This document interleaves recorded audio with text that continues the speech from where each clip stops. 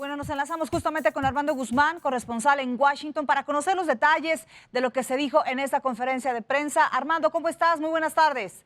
¿Qué tal, Brenda? Manuel, me da mucho gusto estar con ustedes.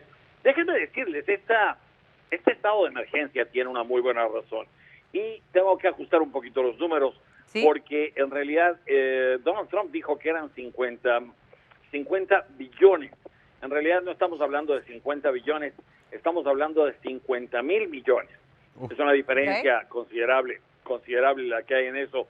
Y lo que ocurre es que en Estados Unidos 1,000 millones de dólares los consideran un billón.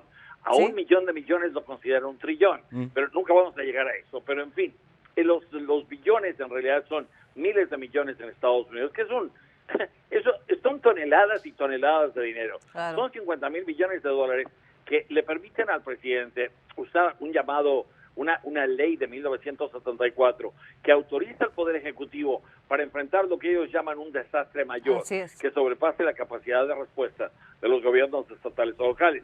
Entonces, así como tú ves este dinero de inmediato, lo que está haciendo es ayudando más que nada a los estados.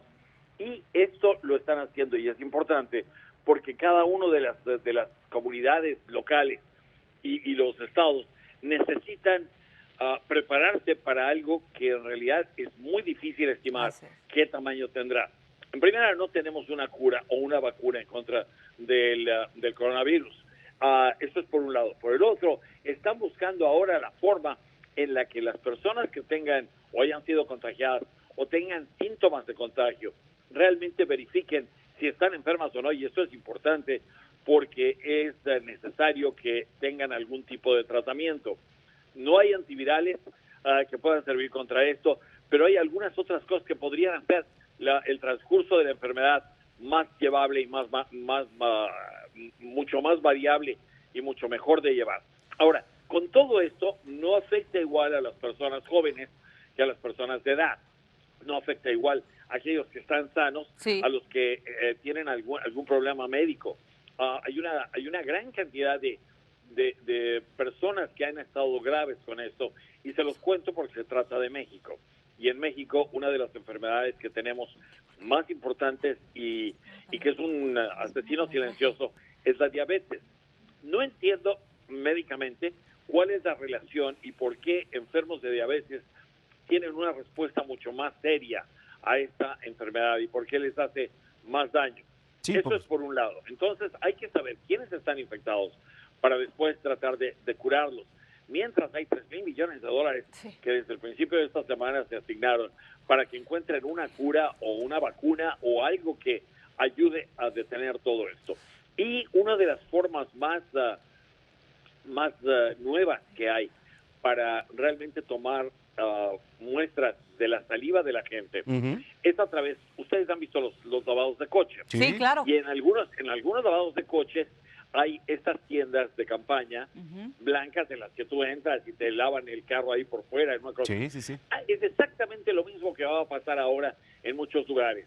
Y muchas de las empresas, porque estuvo rodeado de empresarios hoy Trump, muchas de estas empresas, como Walmart, por ejemplo, hay Walmart en México, muchas de ellas van a prestar sus estacionamientos para que en esos estacionamientos las autoridades sanitarias pongan estas enormes tiendas y en el automóvil las personas pasen con personal especializado que estará con guantes, caretas y todos los trajes estos que parecen espaciales, y entonces estas personas tomen muestra de la saliva y este muestreo tenga un récord para que la gente que esté enferma lo sepa, porque hay mucha gente que podría estar que está enferma seguramente y que cree que es un catarro o que a lo mejor es influenza o que a lo mejor tienen alguna otra cosa y lo que en realidad tienen es el coronavirus. Oye, Lo que pasa Armando, es que nadie se ha dado cuenta que está. Dímelo. Mira, estamos viendo aquí la situación también, por ejemplo, del caos, ¿no? Que se vive aquí ya en muchos de las tiendas de conveniencia, en los supermercados, la escasez en gel antibacterial, en pues de uso común, ¿no? Para higiene. ¿Cómo están las cosas allá? Porque allá pues está peor la situación, ¿no? Igual, estamos igual acá, porque la gente se ha lanzado a hacer compras de pánico. Claro. Ahora, te voy a decir, esta misma carencia la empezamos a notar hace 2 o 3 semanas.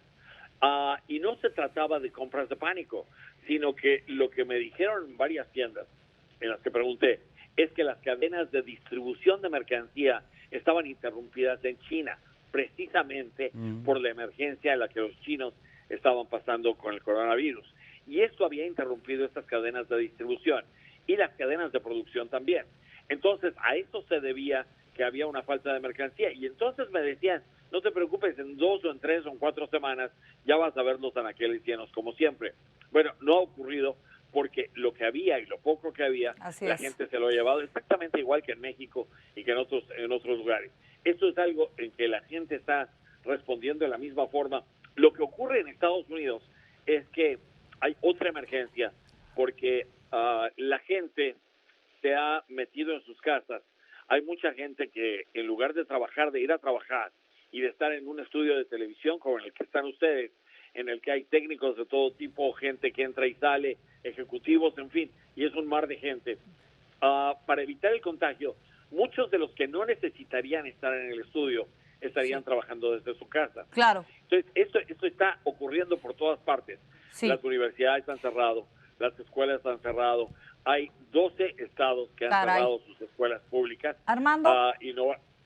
Claro. Entonces, eso tiene una idea, eso les da una idea de la emergencia económica también. Definitivamente. Oye, ¿cómo consideran allá en la Unión Americana que nos afectaría o nos impactaría de este lado las últimas decisiones de Donald Trump?